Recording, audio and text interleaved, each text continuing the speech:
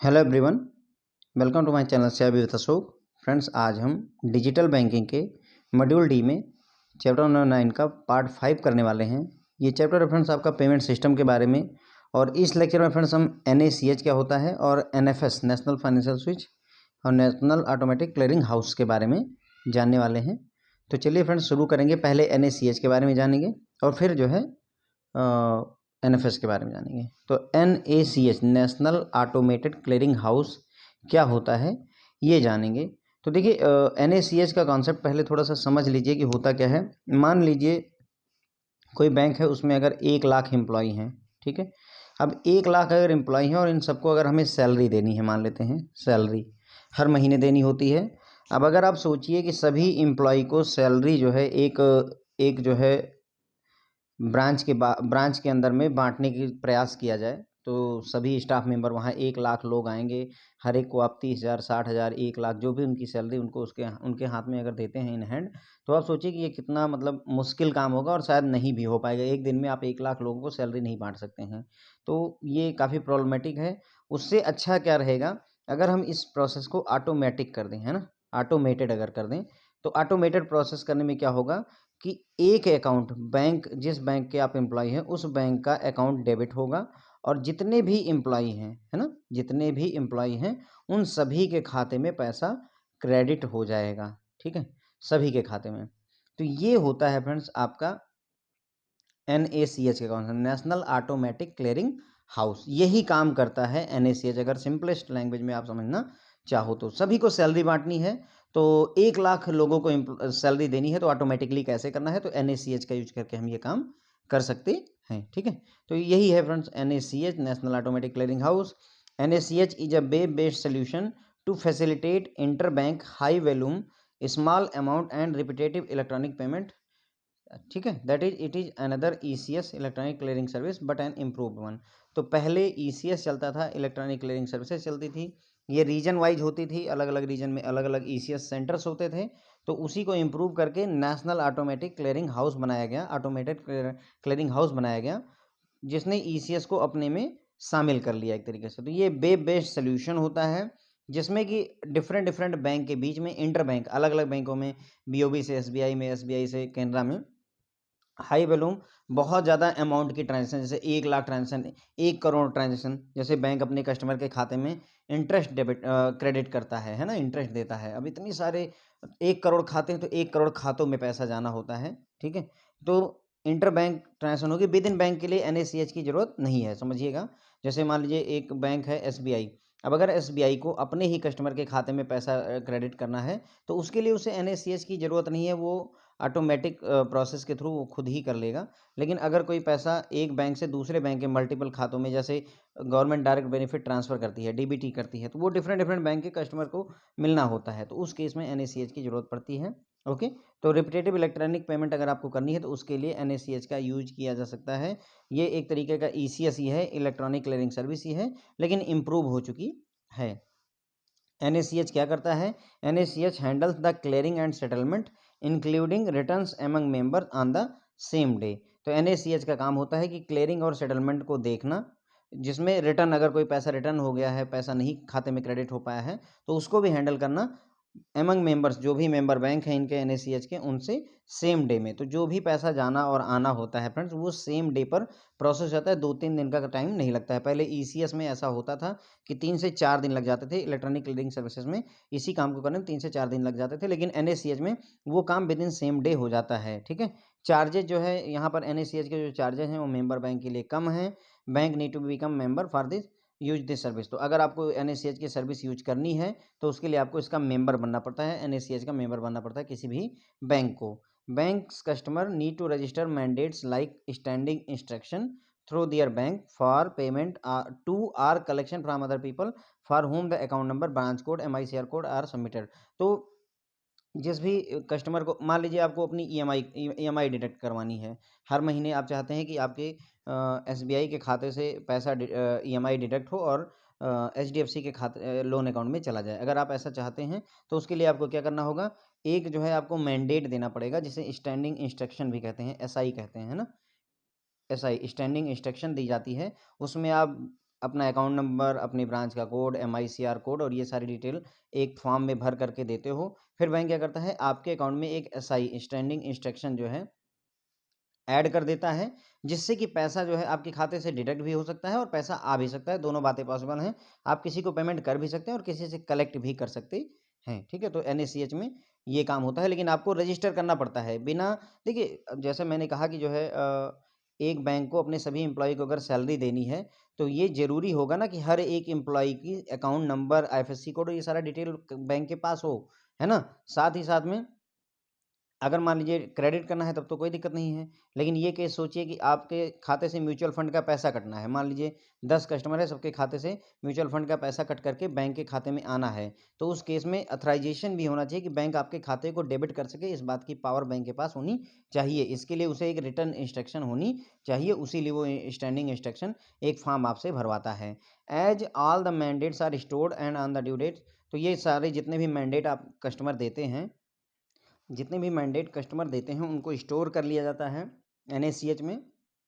और जब due date होती है, मान लीजिए हर महीने की लास्ट डेट है 31 को या 30 को, जो भी ड्यू डेट होती है उस डेट को NACH सिस्टम क्या करता है, एक ट्रांजैक्शन को ट्रिगर करता है, स्टार्ट कर देता है एक ट्रांजैक्शन, जो कि डेबिट और क्रेडिट जो भी करना होता है उसे करता है और सेटलमेंट जो है मेंबर्स बैंक के अकाउंट में कर देता है NPCI की सहायता से, ठीक है? तो मान लीजिए हर महीने की 30 तारीख को जो है म्यूचुअल फंड के या EMI हर महीने की 30 तारीख को डिडक्ट होनी है, तो 30 तारीख को जो है एक ऑटोमेटिक ट्रांजेक्शन चलेगी, जिसमें जितने भी NACH में जितने भी लोगों ने अपना मैंडेट स्टोर करवा रखा है कि हाँ 30 तारीख को मेरे खाते से म्यूचुअल फंड का पैसा काट लिया जाए, उन सब के खाते से ट्रांजेक्शन होगी, आपके खाते डेबिट होंगे, ठीक है? डेस्टिनेशन बैंक इन्हें कहते हैं और इसके बाद में सारा पैसा जहाँ जाना होता है उसे स्पॉन्सर बैंक कहेंगे, स्पॉन्सर बैंक के खाते में सारा का सारा पैसा इकट्ठा कर दिया जाता है। Okay, the arrest while ECS was in 89 local centres, थोड़ा याद रखने की जरूरत नहीं, बस ऐसे ही पढ़ लीजिए केवल इसको। पहले ECS जो है 89 लोकल सेंटर्स पर अवेलेबल था, जिसमें से 15 RBI रन करता था, 74 जो है शेड्यूल्ड कमर्शियल बैंक रन करते थे, ठीक है? तो पहले ECS, अभी ECS को धीरे धीरे खत्म किया जा रहा है और सारा कुछ NACH पर लाया जा रहा है। तो पहले 89 सेंटर्स थे ECS के, जिसमें से 15 RBI देखता था और 74 शेड्यूल कमर्शियल बैंक देखते थे। They followed rules and procedure which were different at different centre. अब वहाँ पर जो भी रूल्स और रेगुलेशन फॉलो होते थे, अलग अलग सेंटर पर अलग अलग जो है रूल्स होते थे और सेटलमेंट होने में 3 से 4 दिन का टाइम लग जाता था। किस केस में फ्रेंड्स, जब हम ECS इलेक्ट्रॉनिक क्लियरिंग सर्विसेज का यूज करते थे तब ये प्रॉब्लम आती थी कि 3 से 4 दिन लग जाते थे, क्योंकि रूल्स रेगुलेशन अलग अलग होते थे। The scope of payment was with in the membership area of the ECS clearing house, और जो जो आपको मैंडेट सबमिट करना होता था, उस ECS क्लियरिंग हाउस में सबमिट करना होता था, जिसके एरिया में आपका बैंक अकाउंट पड़ता है ना? मतलब कहने का 89 सेंटर्स थे, तो अब समझ लीजिए लोकल सेंटर थे।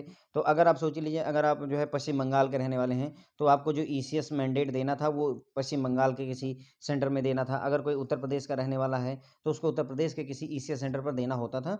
तो ये सब मतलब विद इन मेंबरशिप एरिया में ही आप जो है अपना पेमेंट कर सकते थे, ECS मैंडेट दे सकते थे, ठीक है? विथ NACH, अब NACH आया, नेशनल ऑटोमेटेड क्लियरिंग हाउस जब आया, तो उसने ECS सिस्टम को पहली बात तो खत्म करने की कोशिश की, जो है ना, सबस्यूम्ड हो गए, मतलब सारे के सारे इसमें या तो मिल गए हैं या खत्म कर दिए जा रहे हैं, उनको बंद कर दिया जा रहा है। और अब ये भी प्रॉब्लम खत्म हो गई कि आपको जो एरिया वाला प्रॉब्लम था वो भी खत्म हो गया। अब आप NACH जो है, NACH के लिए डेबिट या क्रेडिट मैंडेट कहीं भी सबमिट कर सकते हैं। Like ECS, NACH mandate can be for debit. तो जैसे ECS में होता था इलेक्ट्रॉनिक क्लियरिंग सर्विसेज में, वैसे ही NACH मैंडेट डेबिट के लिए भी हो सकते हैं और क्रेडिट के लिए भी हो सकते हैं। डेबिट की अगर एग्जांपल बात करें, NACH मैंडेट डेबिट के लिए एग्जांपल अगर बात करें, तो आपको इलेक्ट्रिसिटी कंपनी का auto debit bill from many customer against mandate. तो बहुत सारे कस्टमर्स ने अब जो इलेक्ट्रिसिटी कंपनी है उसको अपना मैंडेट दे रखा है कि हाँ, जितना भी मेरा बिल हर महीने का बनता है उतना आप ऑटोमेटिकली मेरे खाते से डेबिट कर सकते हैं। ऐसा मैंडेट कस्टमर ने अगर दे रखा है, तो होगा क्या, आप सोचिए कि अगर इस कंपनी के 1 लाख कस्टमर हैं, तो वो 1 लाख खातों से पैसा डेबिट करवा सकता है ECS मैंडेट का यूज करके। तो इसे हम डेबिट ट्रांजैक्शन कहेंगे। ध्यान रखिएगा, जिसमें मल्टीपल डेबिट होते हैं, ज़्यादा डेबिट हो रहा है तो उसे NACH डेबिट कहेंगे, और ज़्यादा क्रेडिट हो रहा है ज़्यादा खातों में तो उसे NACH क्रेडिट कहते हैं। अब ये NACH क्रेडिट भी हो सकता है, जैसे डिस्ट्रीब्यूट कर रहा है, डिविडेंड वगैरह दे रही है, इंटरेस्ट वगैरह पे कर रही है, अपना प्रॉफिट शेयर कर रही है कस्टमर के साथ में, तो वो जो है क्रेडिट का एग्जांपल हो जाएगा। ठीक है, ये हो गया फ्रेंड्स, हमने यहाँ तक काफ़ी हद तक बातें समझी। तो नेशनल ऑटोमेटिक क्लियरिंग हाउस थोड़ा बहुत आपको समझ में आएगा हो क्या रहा है यहाँ पर, कि अगर मल्टीपल खातों को डेबिट करना है या मल्टीपल खातों को एक साथ क्रेडिट करना है, 1 करोड़ खातों को एक साथ डेबिट करना है, तो उस केस में जो है आपको एनएसीएच का हेल्प लेने की ज़रूरत पड़ती है। तो एनएसीएच एक वेब बेस्ड सॉल्यूशन है, जो कि ज़्यादा बड़ी अमाउंट में, अगर अमाउंट भले ही कम हो लेकिन ज़्यादा नंबर ऑफ ट्रांज़ैक्शंस अगर हैं, डिफरेंट बैंक के बीच ट्रांज़ैक्शन इलेक्ट्रॉनिक पेमेंट होनी है और रिपिटेटिव होनी है, तो उस केस में एनएसीएच का यूज़ होता है। ये ईसीएस यानी इलेक्ट्रॉनिक क्लियरिंग सर्विसेज जैसा ही है, लेकिन इसे इम्प्रूव किया गया है। नेशनल ऑटोमेटेड क्लियरिंग हाउस होता है एनएसीएच का फुल फॉर्म, ठीक है। ये क्लियरिंग और सेटलमेंट को हैंडल करता है एमंग जो डिफरेंट मेंबर्स हैं उनके बीच में, सेम डे पर कर देता है। जो मेंबर्स बैंक हैं उनके लिए चार्जेस कम लगाए जाते हैं। बैंक को मेंबर बनना पड़ता है एनएसीएच की सर्विस को यूज करने के लिए। कोई भी कस्टमर अगर जो है एनएसीएस सर्विस को यूज करना चाहता है, तो उसे अपनी सारी डिटेल्स जो है, अकाउंट नंबर, ब्रांच कोड है ना, एफएससी कोड, एमआईसीआर कोड, ये सारा मैंडेट के फॉर्म में या स्टैंडिंग इंस्ट्रक्शन के रूप में एक फॉर्म भर के देना पड़ता है, तभी बैंक इसको करता है, मतलब एनएसीएच को डेबिट या क्रेडिट कर सकता है। ऑल द मैंडेट्स जो है स्टोर कर लिए जाते हैं एनएसीएच में, और जो ड्यू डेट आती है, जिस दिन पैसा डिडक्ट करना होता है, जिस दिन पैसा क्रेडिट करना होता है, उस दिन एनएसीएच सिस्टम क्या करता है, एक ट्रांजेक्शन ट्रिगर करता है, और जो भी डेबिट या क्रेडिट होना होता है, जिसके खाते में पैसा आना या जाना होता है, वो सारा काम एनपीसीआई की हेल्प से कर देता है। पहले 89 सेंटर्स थे, लोकल सेंटर्स होते थे। लोकल क्यों कहा जा रहा है? क्योंकि अलग-अलग एरिया का अलग-अलग सेंटर होता था ईसीएस का, जिसमें से 15 आरबीआई रन करता था और 74 रन किए जाते थे शेड्यूल्ड कमर्शियल बैंक द्वारा, और अलग-अलग सेंटर पर अलग-अलग रूल्स और प्रोसीजर फॉलो किए जाते थे, इसलिए सेटलमेंट में 3 से 4 दिन का टाइम लगता था। ठीक है? अगर आपको ईसीएस क्लियरिंग करवानी थी, तो आपको जो है विदिन लोकल एरिया है ना, मेंबरशिप एरिया में ही आपको क्लियरिंग हाउस में अपना डिटेल सबमिट करने की ज़रूरत पड़ती थी। लेकिन एनएसीएच के आने से ये प्रॉब्लम सॉल्व हो गई, आप कहीं भी अपना मैंडेट सबमिट कर सकते हैं, और ईसीएस सिस्टम जो है, वो धीरे-धीरे सब्स्यूम्ड हो रहा है या ड्रॉप हो जा रहा है। मतलब वो या तो एनएसीएच में मिलते जा रहे हैं या ख़त्म कर दिए जा रहे हैं, ईसीएस सिस्टम को अब नहीं रखा गया है। जैसे ईसीएस इलेक्ट्रॉनिक क्लियरिंग सर्विसेज में डेबिट और क्रेडिट ट्रांज़ैक्शन होती थी, वैसे एनएसीएच मैंडेट में भी डेबिट ट्रांज़ैक्शनें भी हो सकती हैं, क्रेडिट ट्रांज़ैक्शनें भी हो सकती हैं। डेबिट तब कहेंगे, जैसे एग्ज़ाम्पल के लिए आप देख लीजिए, इलेक्ट्रिसिटी कंपनी जो है, सभी कस्टमर के खाते से ऑटोमेटिकली अपने बिल को डेबिट करवाना चाहती है, तो ये डेबिट ट्रांज़ैक्शन हो जाएगी। या कोई कंपनी है जो अपना डिविडेंड शेयर करना चाहती है अपने कंज़्यूमर के साथ में, जो शेयर होल्डर्स हैं उनके साथ में, तो उसे क्रेडिट ट्रांज़ैक्शन कह देंगे, ठीक है। अब थोड़ी-सी बात करेंगे यहाँ पर एनएसीएच आधार पेमेंट ब्रिज की। तो एनएसीएच ये गवर्नमेंट बिजनेस से रिलेटेड होता है, और डायरेक्ट बेनिफिट ट्रांसफ़र जो डीबीटी होता है, गवर्नमेंट ऑफ इंडिया जैसे हर कस्टमर के खाते में 2000 रुपये, हर किसान के खाते में 2000 रुपये डालती है, उसी कॉन्सेप्ट को इम्प्लीमेंट करने के लिए आधार पेमेंट ब्रिज सिस्टम का यूज़ किया जाता है। तो एनएसीएच का अपना आधार पेमेंट ब्रिज सिस्टम होता है। ये कैसे काम करता है, अब ये देखते हैं हम। एपीबी यानी आधार पेमेंट ब्रिज जो है, uses the table of Aadhaar number and bank code, bank account number of customer, and this table is called Aadhaar mapper.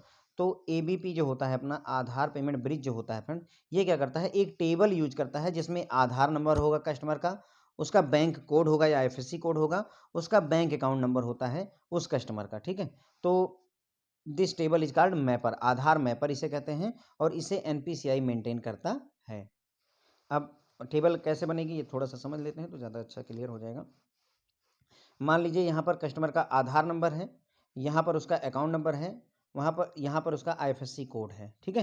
तो अब क्या होगा कि इस आधार नंबर, मान लीजिए कोई मेरा आधार नंबर है यहाँ पर, उस आधार नंबर के अगेंस्ट में मेरा account number IFSC code added है। इसी तरीके से बी कस्टमर है, उसके आधार नंबर के अगेंस्ट उसका account number IFSC code added है। तो क्या होगा कि गवर्नमेंट को केवल आधार नंबर देने की ज़रूरत पड़ेगी कि हाँ, इस आधार नंबर वाले कस्टमर के खाते में 500 रुपये क्रेडिट कर दीजिए। तो क्या होगा, इस आधार के अगेंस्ट में आधार मैपर जो टेबल है उसको रेफ़र किया जाएगा, वहाँ से अकाउंट नंबर आईएफएससी कोड मिल जाएगा और पैसा खाते में क्रेडिट कर दिया जाएगा। यही इतना कॉन्सेप्ट ये पूरा काम करता है, ठीक है। तो आधार पेमेंट ब्रिज में एक टेबल होती है, इसमें आधार नंबर, उसके अगेंस्ट में आईएफएससी कोड, अकाउंट नंबर वगैरह दिया होता है कस्टमर का। ये टेबल आधार मैपर के नाम से जानी जाती है।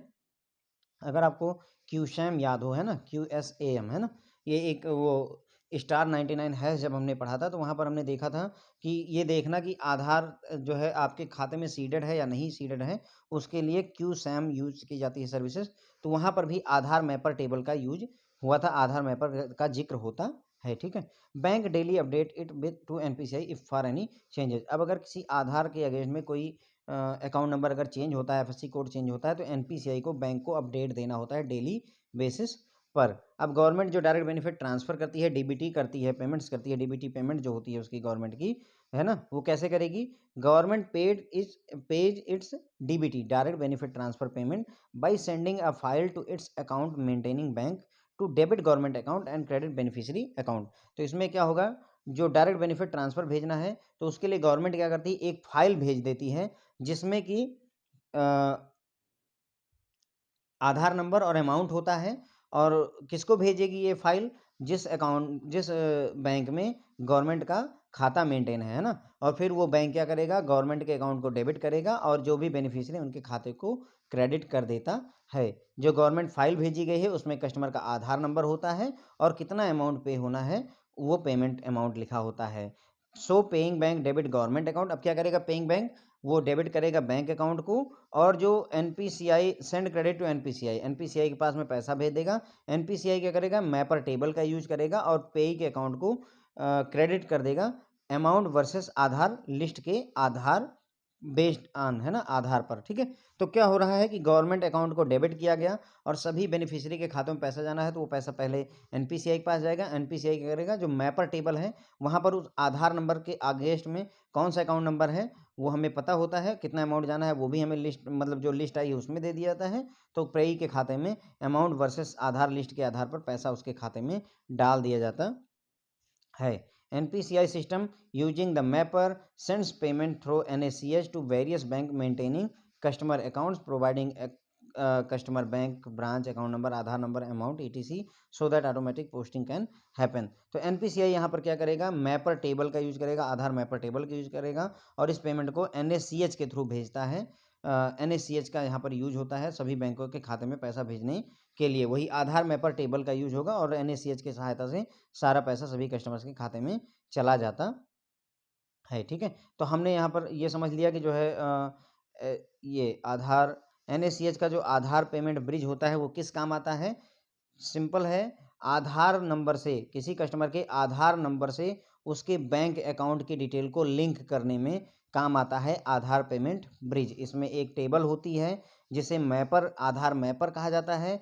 आधार मैपर में हर एक आधार नंबर के अगेंस्ट में उस कस्टमर का बैंक अकाउंट नंबर, उसका आईएफएससी कोड, सारी डिटेल फीडेड होती हैं। अगर कोई चेंज होता है किसी कस्टमर के आधार नंबर से जुड़े हुए खाते में, उसके अकाउंट नंबर में, उसके आईएफएससी कोड में, तो एनपीसीआई को इस बारे में बैंक को डेली इन्फॉर्म करना होता है। अब अगर गवर्नमेंट ऑफ इंडिया को डायरेक्ट बेनिफिट ट्रांसफर भेजना है कस्टमर के खाते में तो वो क्या करेगी, बोलेगी कि हमारा खाता डेबिट करिए और सभी बेनिफिशियरी के खाते में पैसा क्रेडिट कर दीजिए। लेकिन उसके लिए गवर्नमेंट ऑफ इंडिया एक फाइल प्रोवाइड करेगी या स्टेट गवर्नमेंट एक फाइल प्रोवाइड करेगी जिसमें आधार नंबर दिया रहेगा और साथ साथ कितना अमाउंट जाना है वो डिटेल दिया रहता है। अब पेइंग बैंक की जिम्मेदारी होती है कि वो गवर्नमेंट अकाउंट को डेबिट करे, ठीक है, और पैसा एनपीसीआई को दे दे। एनपीसीआई उस मैपर टेबल को यूज करेगा और एनएसीएच की सहायता से हर एक आधार के अगेंस्ट में जो भी अकाउंट नंबर डिटेल दे रखी है उसके खाते में पैसा क्रेडिट कर दिया जाता है। तो ये हो गया फ्रेंड जो है एनएसीएच के बारे में काफ़ी सारी बातें हो गई। अब एनएसीएच दो टाइप का होता है, उन्हीं का स्कीमेटिक रिप्रेजेंटेशन हम देखने वाले हैं।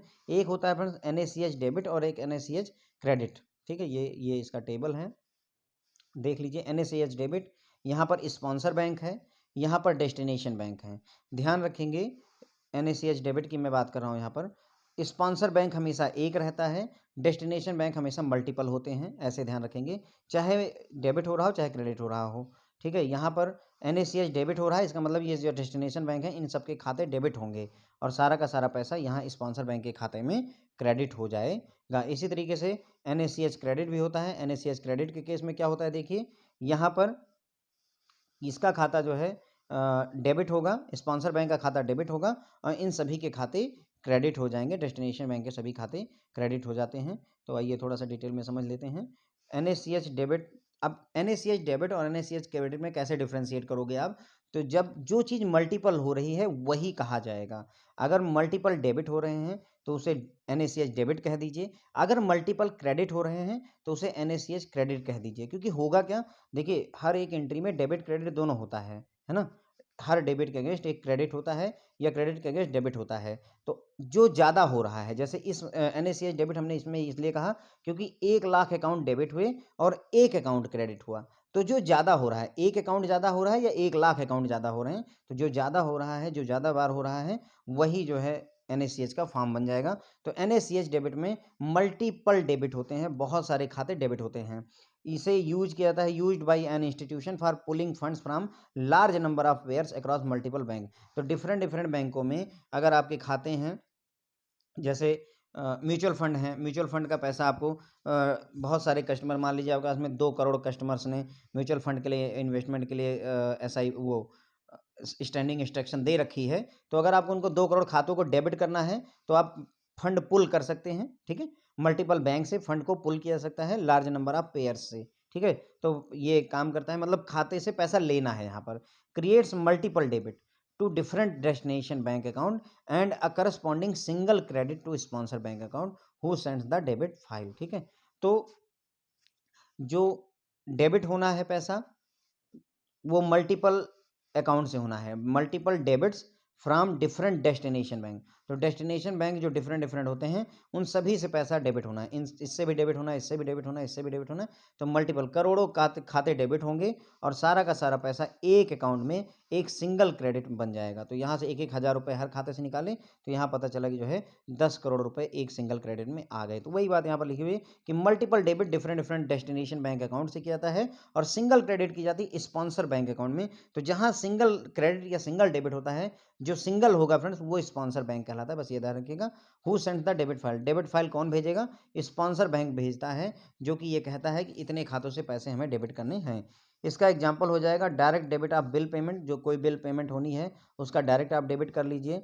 इंश्योरेंस का कई सारे कस्टमर बिल इंश्योरेंस का प्रीमियम कई सारे कस्टमर के खाते से डेबिट कर लिया जाए। म्यूचुअल फंड की एसआईपी चल रही है, लोन की ईएमआई चल रही है, स्कूल की फीस चल रही है, अगेंस्ट प्रीवियसली गिवन मैंडेट। तो कस्टमर ने मैंडेट दे रखा होगा, उसी के अगेंस्ट में किसी के खाते को डेबिट करने के लिए आपके पास में उसकी तरफ से अथराइजेशन होना चाहिए, एक मैंडेट होना चाहिए, ठीक है। तो ये हो गया अपना जो है NACH debit. Multiple times debit हो रहा है, सिंगल टाइम क्रेडिट हो रहा है। ये डेबिट हो रहे हैं, ये सारे खाते डेस्टिनेशन बैंक के खाते डेबिट हो रहे हैं और ये पैसा सारा यहाँ आ रहा है, इसलिए एरो इधर की तरफ बनी हुई है। सिंगल खाते में क्रेडिट हो रहा है, इसे स्पॉन्सर बैंक कह देंगे। इस वाले को स्पॉन्सर बैंक कहते हैं जहाँ पर पैसा आ रहा है, ठीक है। उसके बाद में बात करेंगे एनएसीएच क्रेडिट की। तो मल्टीपल क्रेडिट की बात यहाँ पर होगी। Used by an institution for affording credit to a large number of beneficiary. Multiple credit हो रहा है, नहीं, बहुत ज़्यादा बेनिफिशियरी के खातों में क्रेडिट करना है, पैसा देना है, तो उसे ही एनएसीएच क्रेडिट कहते हैं, ठीक है। Single debit to the sponsor bank's account and multiple credit to different destination bank's account. तो यहाँ पर स्पॉन्सर बैंक के अकाउंट से सिंगल डेबिट मारा जाता है और डेस्टिनेशन बैंक के डिफरेंट डिफरेंट डेस्टिनेशन बैंक के डिफरेंट डिफरेंट खातों में मल्टीपल क्रेडिट किए जाते हैं। तो क्रेडिट मल्टीपल हो रहा है, इसलिए इसे एनएसीएच क्रेडिट कहेंगे। और सिंगल डेबिट जहाँ से किया जाता है या सिंगल क्रेडिट जहाँ किया जाता है उसे स्पॉन्सर बैंक कहते हैं, मैंने आपको बताया हुआ है। जैसे डिविडेंड की पेमेंट की जा रही है, इंटरेस्ट की पेमेंट की जा रही है, बोनस बांटा जा रहा है, कमीशन दिया जा रहा है, सैलरी दिया जा रहा है, कोई पे आउट है, ये सारा अगर दिया जा रहा है तो उसे हम एनएसीएच क्रेडिट कहेंगे। यहाँ पर स्पॉन्सर बैंक का खाता एक सिंगल डेबिट से डेबिट हो जाएगा और ये सारा पैसा जो है मल्टीपल डेस्टिनेशन बैंकों के खातों में क्रेडिट हो जाता है, तो ये एनएसीएच क्रेडिट हो जाता है। तो ये हो गया फ्रेंड्स जो है एनएसीएच क्रेडिट। जहाँ पर मल्टीपल बार क्रेडिट हो रहा है उसे एनएसीएच क्रेडिट कहेंगे। बहुत सारे बेनिफिशियरी के खाते में अगर आप पैसा भेजना चाहते हो तो उसे एनएसीएच क्रेडिट कहते हैं। इसमें स्पॉन्सर बैंक का खाता सिंगल डेबिट मारा जाता है और डेस्टिनेशन बैंक के खातों में मल्टीपल क्रेडिट कर दिए जाते हैं। इसके एग्जांपल, डिविडेंड की पेमेंट करती है कोई कंपनी अपने 1 लाख एम्प्लॉय को, बोनस अपने 10 लाख एम्प्लॉय को बांटना है, कमीशन देना है जो एजेंट्स वगैरह काम कर रहे हैं, अपने जो एम्प्लॉयज़ हैं उनको सैलरी देनी, ये सभी एग्जांपल होते हैं एनएसीएच क्रेडिट के फ्रेंड्स, ओके। अब पहला टॉपिक हमारा यहाँ पर खत्म होता है फ्रेंड्स। अब हम बात करेंगे नेशनल फाइनेंशियल स्विच के बारे में, एनएफएस के बारे में। पहले थोड़ा सा थ्योरेटिकल एस्पेक्ट देख लेते हैं, है ना, इसको ज़्यादा ध्यान रखने की ज़रूरत नहीं है। थ्योरेटिकल एस्पेक्ट में जब हम कॉन्सेप्चुअल पर चलेंगे तो मैं बता दूंगा कि कॉन्सेप्ट कहाँ से आ रहा है। अभी केवल थ्योरेटिकल एस्पेक्ट देख रहे हैं। तो देखिए, पहले एनएफएस किसके पास था?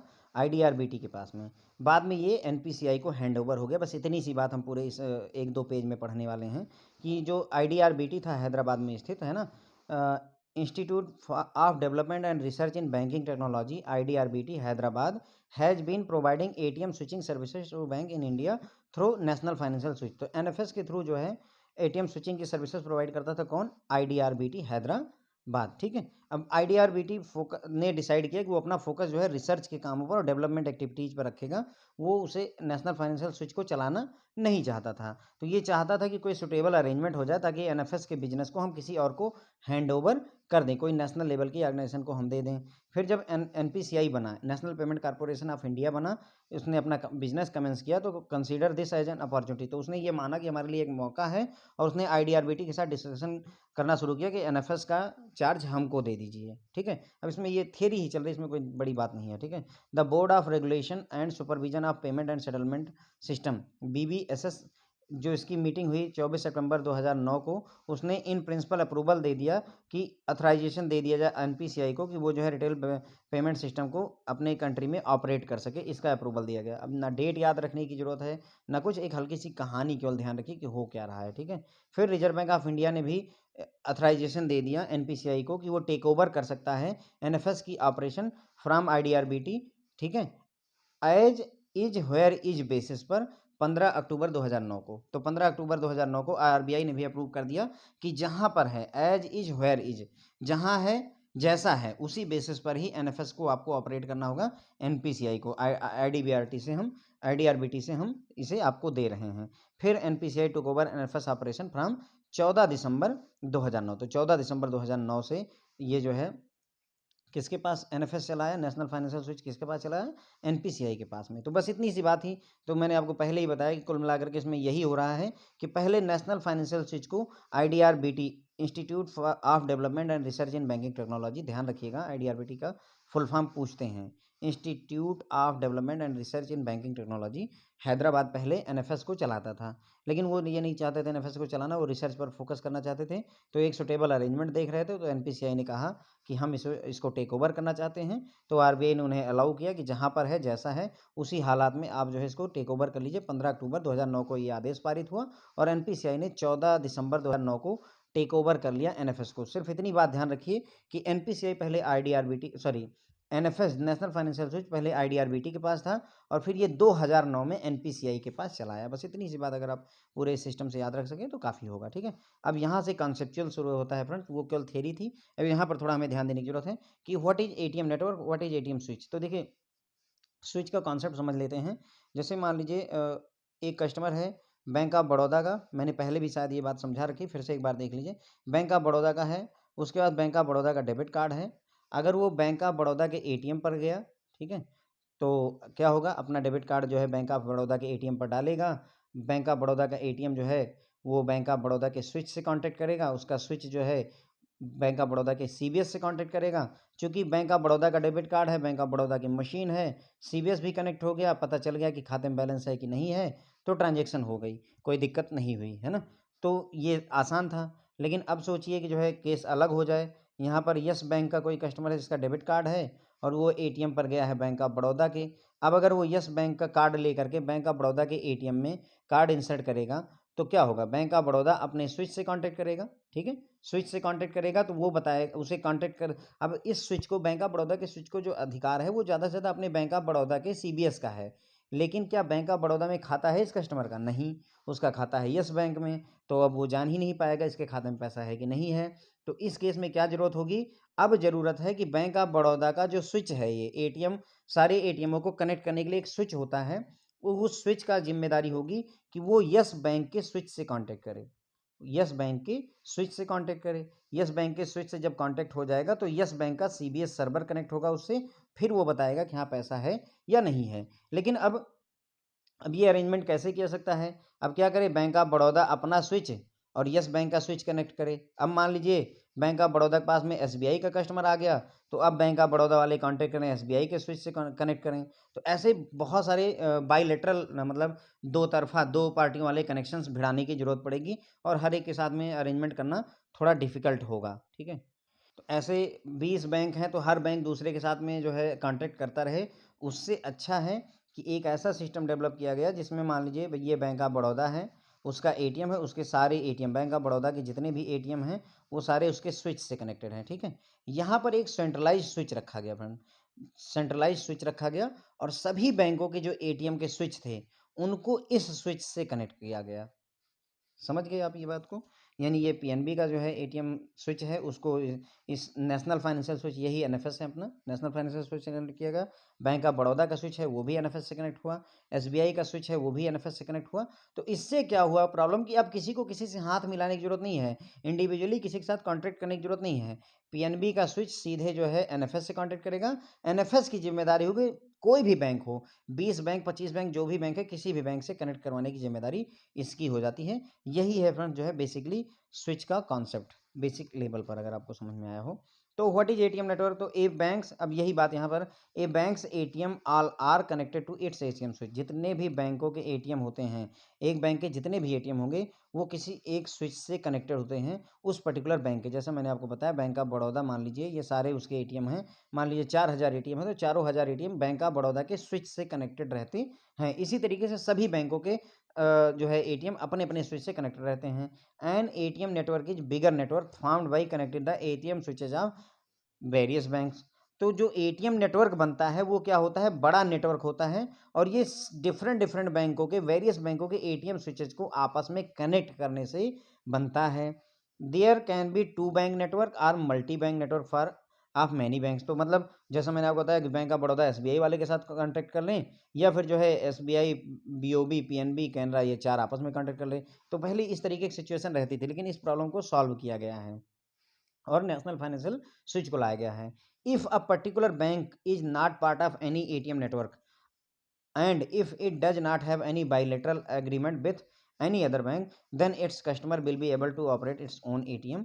ठीक है, तो कह रहे हैं कि अगर मान लीजिए कोई एक नया बैंक खुलता है, मैं मान लेता हूँ एक जैसे एयरटेल बैंक आया, जैसे एयरटेल पेमेंट बैंक आया है, अब वो किसी एटीएम नेटवर्क का पार्ट नहीं है और किसी बैंक के साथ उसका अभी बाइलेटरल दो तरफा अरेंजमेंट नहीं हुआ, किसी बैंक के साथ हाथ नहीं मिलाया हुआ है, तो क्या होगा, एयरटेल पेमेंट बैंक के जो डेबिट कार्ड होल्डर होंगे वो सिर्फ एयरटेल पेमेंट बैंक के एटीएम मशीन को यूज कर पाएंगे। क्यों?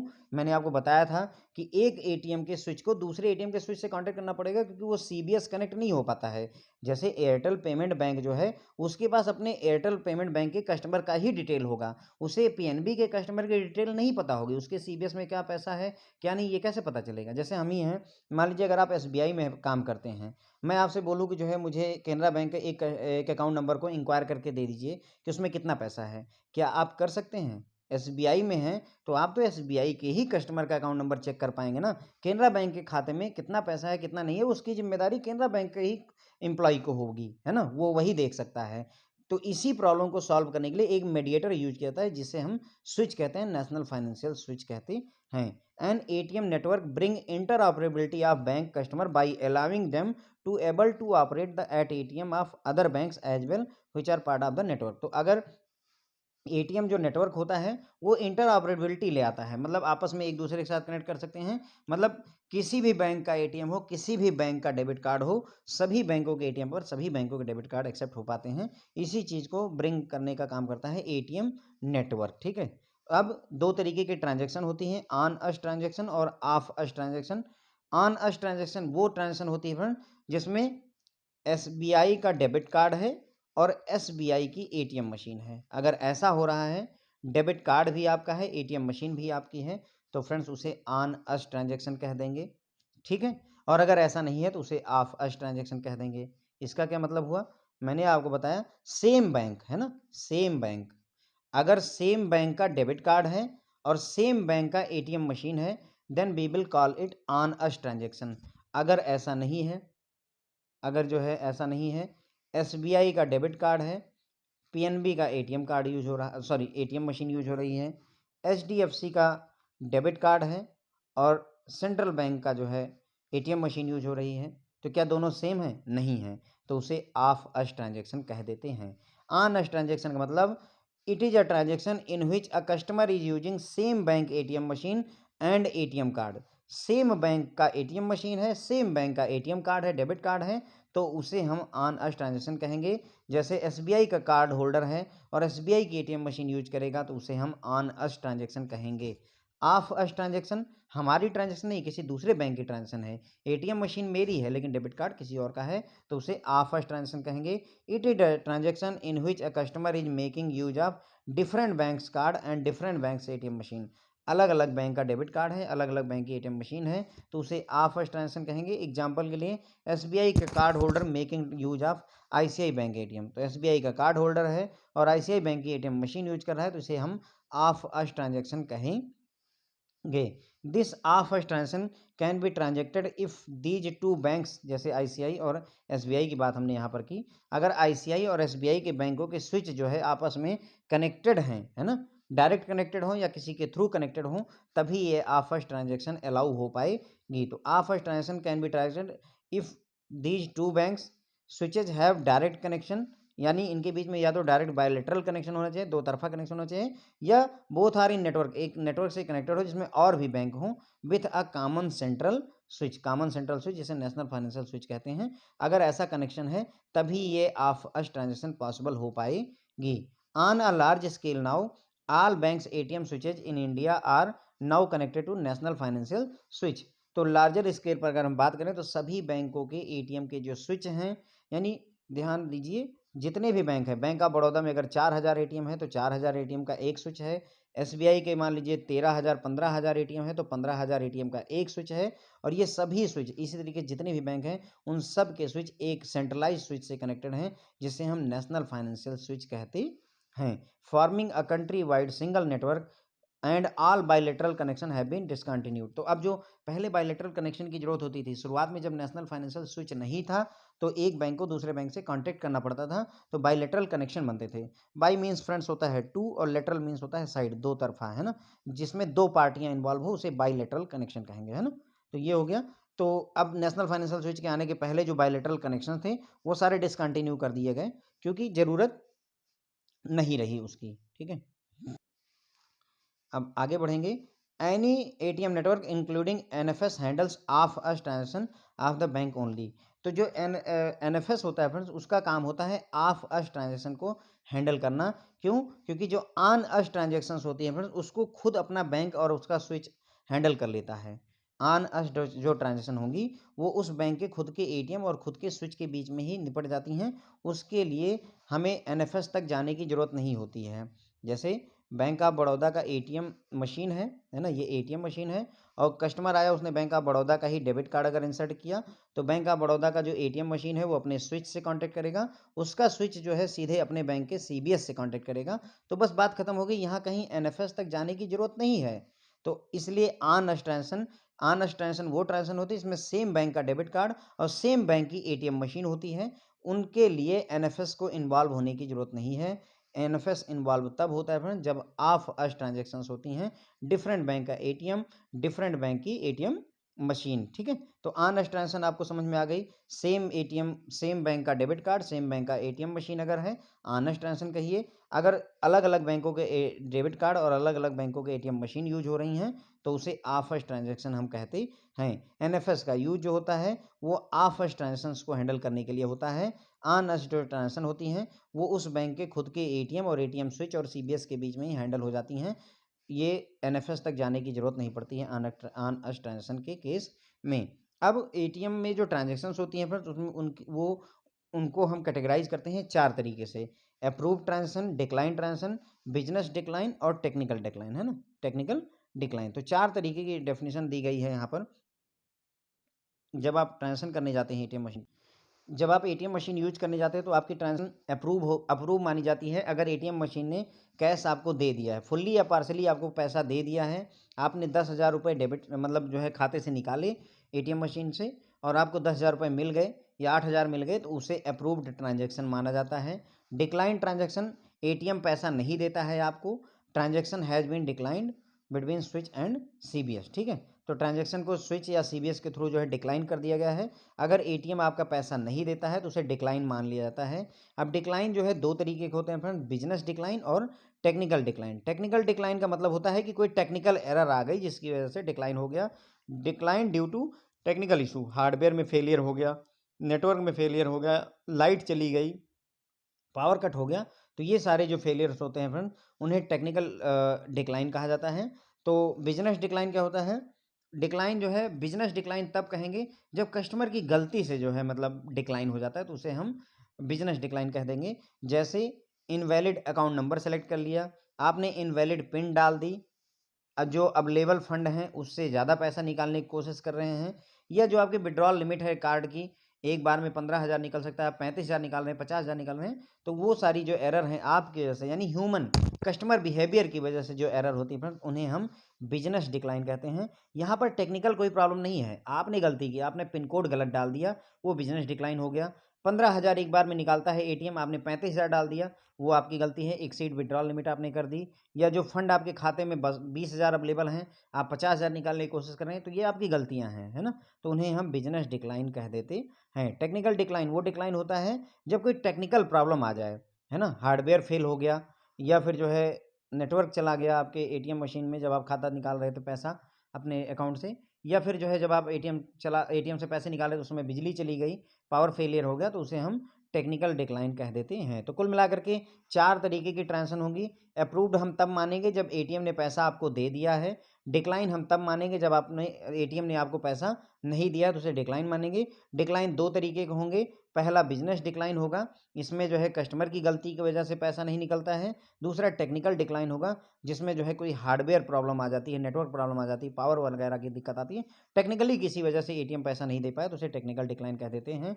NFS 24/7 help desk team monitor and raises alert to internal team and NFS member to ensure that services are resumed at earliest। तो national financial switch की 24/7 help desk team होती है, जो कि लगातार मॉनिटर करती रहती है अपने स्विच को, और अगर कोई इशू आता है तो उसको इंटरनल टीम के साथ में इशू रेज करती है, अलर्ट जनरेट करती है, और एनएफएस मेंबर्स को भी बताती है, ताकि जो है सर्विसेज को अर्लीस्ट रिज्यूम किया जा सके। कभी आपने नोटिस किया होगा कि कभी ऐसा होता है कि आप किसी भी बैंक के एटीएम पर चले जाएँ तो पैसे नहीं निकलते हैं, जबकि सभी बैंकों में मतलब एटीएम पे कैश भी है, चल रहा है। तो उस समय मानकर चलिए कि NFS national financial switch fail हो चुका है। कहीं कुछ टेक्निकल प्रॉब्लम हुई जिसके सभी बैंकों के एटीएम बंद हैं। ध्यान रखिएगा, नेशनल फाइनेंशियल स्विच अगर वाक़ई फेल हो जाए तो पूरे देश के किसी भी एटीएम से पैसा नहीं निकाला जा सकता है। किस केस में? जब आपको ऑफ अस ट्रांजैक्शन करनी है, ऑफ अस में ही, क्योंकि एनएफएस का यूज़ ऑफ अस के केस में ही होता है, ऑन अस के केस में इसकी ज़रूरत नहीं पड़ती है। ठीक है फ्रेंड, तो इसी के साथ में हमारा लेक्चर खत्म होता है। Thank you so much.